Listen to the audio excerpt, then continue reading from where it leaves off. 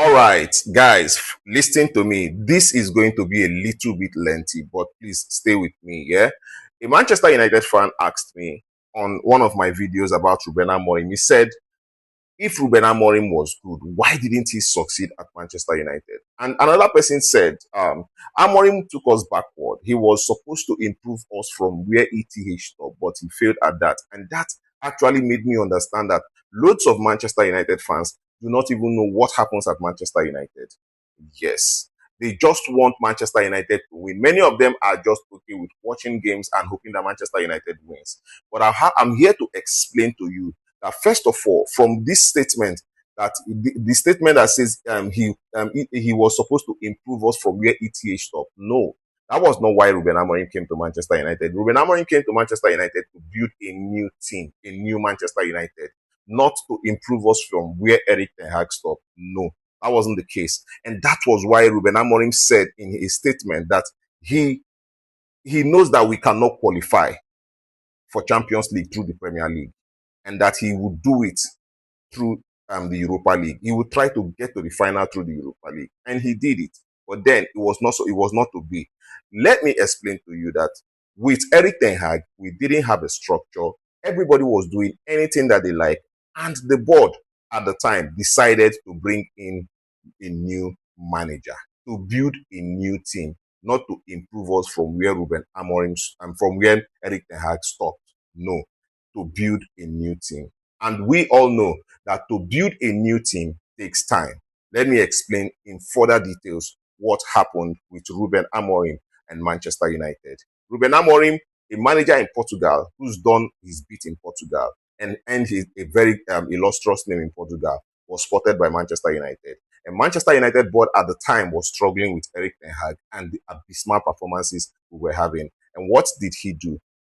They decided to go for a Ruben Amorim who was playing a different system, a different philosophy, a different ideology, a different cultural practice, a different traditional practice at Sporting Lisbon. And they told him that they wanted him at Manchester United to replicate whatever he's done at Sporting Lisbon. Ruben Amorim wanted to come in the beginning of the season. They said, no, come now. Ruben Amorim came in now and clearly told everybody that we are going to start the project now so that when the season begins, we'll be halfway gone, right? And he started implementing the 3-4-3 system, which was what he played at Sporting CP that gave him the name that we all know today, right? And when he started it, it was really, really shaky.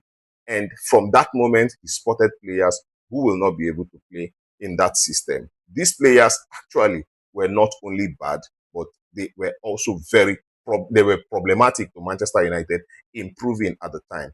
And he got rid of the likes of Marcus Rashford, Alejandro Garnacho, Sancho, Anthony, what's it called? Tyrell Malacia and Rasmus Højlund. All of them he pushed away because he didn't believe in their ability to interpret what he wanted.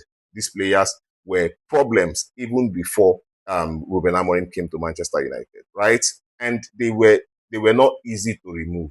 And that was one of the biggest things I thought Ruben Amorim did at Manchester United, getting those players off. Then he went ahead to rearrange our attacking system, bringing in Brian Mbeumo and Matheus Cunha, then Benjamin Sesko, and improving Ahmad, giving Ahmad the belief and improving him. Then he brought him in.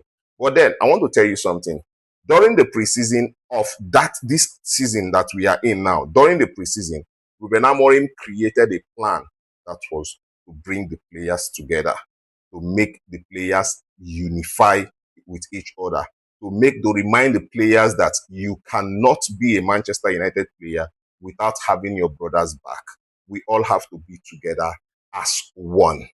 This was what Ruben Amorim tried to build. We remember clips in America where we see Bruno Fernandes laughing with Joshua Zexi playing with Kobe Mainu playing with Lisandro Martinez.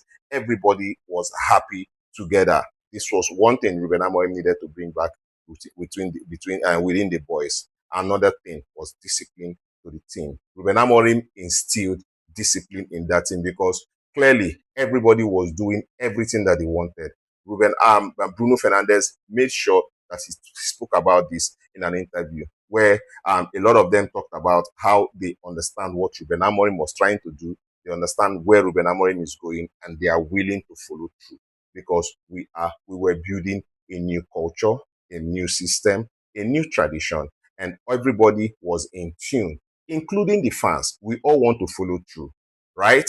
But then there was a problem. The problem was we were not getting results on the pitch. But a lot of fans understood because we have sacked a lot of managers, and we were willing to stay with this one who was actually building a new team. And this is why a lot of Manchester United fans was okay with Ruben Amorim building this new team. We wanted to see what will happen. So in the summer, Manchester United went ahead to get Brian Mbeumo, Matheus Cunha, Benjamin Sesko, and the goalkeeper Sani Lamens.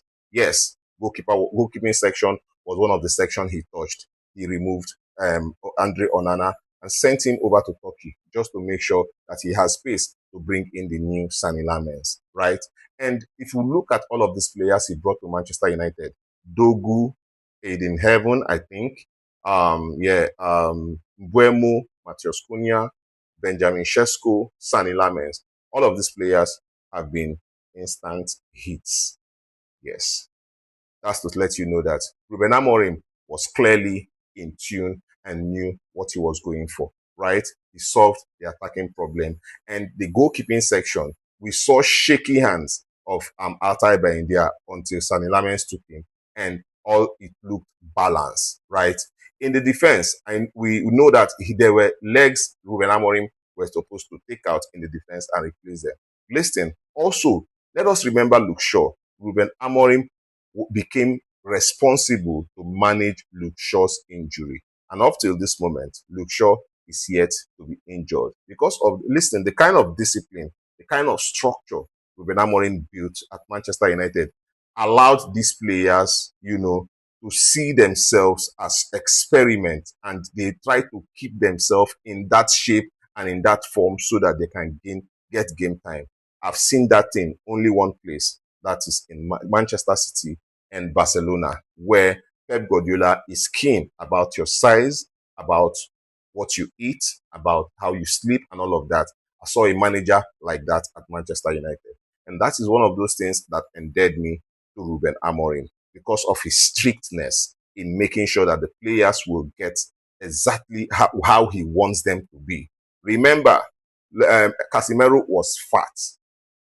Yes, he was fat. For a player, the size was big, and Ruben Amorim ostracized him out of the team. Casemiro came back bouncing and firing on all cylinders, actually becoming the best midfielder in Manchester United, in the league at the time, right? Yes. See, all of these things were things that Ruben Amorim created in the time he stayed at Manchester United. He brought the players together, the unity. He made the players understand their job, that is discipline. And he made the players do their job and remain focused. That is focus. Now, if you look at these three things, the only thing that did not work out with Ruben Amorim was the players carrying out his ideas on the pitch. Did he do badly? No, he did not do badly, because when Ruben Amorim came to Manchester United, we were 13th on the table. That season, we ended 15th, right? And this season, before he left Manchester United, we were the second highest scoring team in the 6th position. So if you look at all of this, you would agree with me that Ruben Amorim did not do badly at Manchester United. He did not come to carry on from what Eric Ten Hag did. He came in to build a new team. Maybe halfway into building the new team, a problem ensued between him and the bosses because he demanded for players the bosses were not ready to buy. These bosses actually hired Ruben Amorim to come play his 3-4-3 system. That was the reason why they brought him to Manchester United. But when it got to the time where they were supposed to buy players to Ruben Amorim, they turned around to tell him that the system is not working. You have to change your system. You brought me for a system I play. And when I demand that you buy players to complement what I'm trying to do, you turn around to tell me that we have enough players to qualify us for the Champions League. The problem now is the system that you brought me for. Change the system. No. Ruben Amorim said no. And that was the problem. The stubbornness of not changing the system. Do I blame Ruben Amorim? No. I blame the board for bringing a manager who played a different system but was not ready to fund that manager to get players who suited his system. The board I will blame.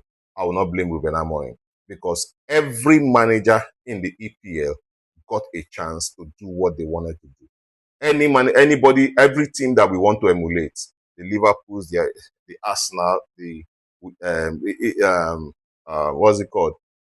Chelsea. At Liverpool, Klopp was giving time. Look at Mikel Arteta at Arsenal. He's not won anything for 6 years. He was still giving time.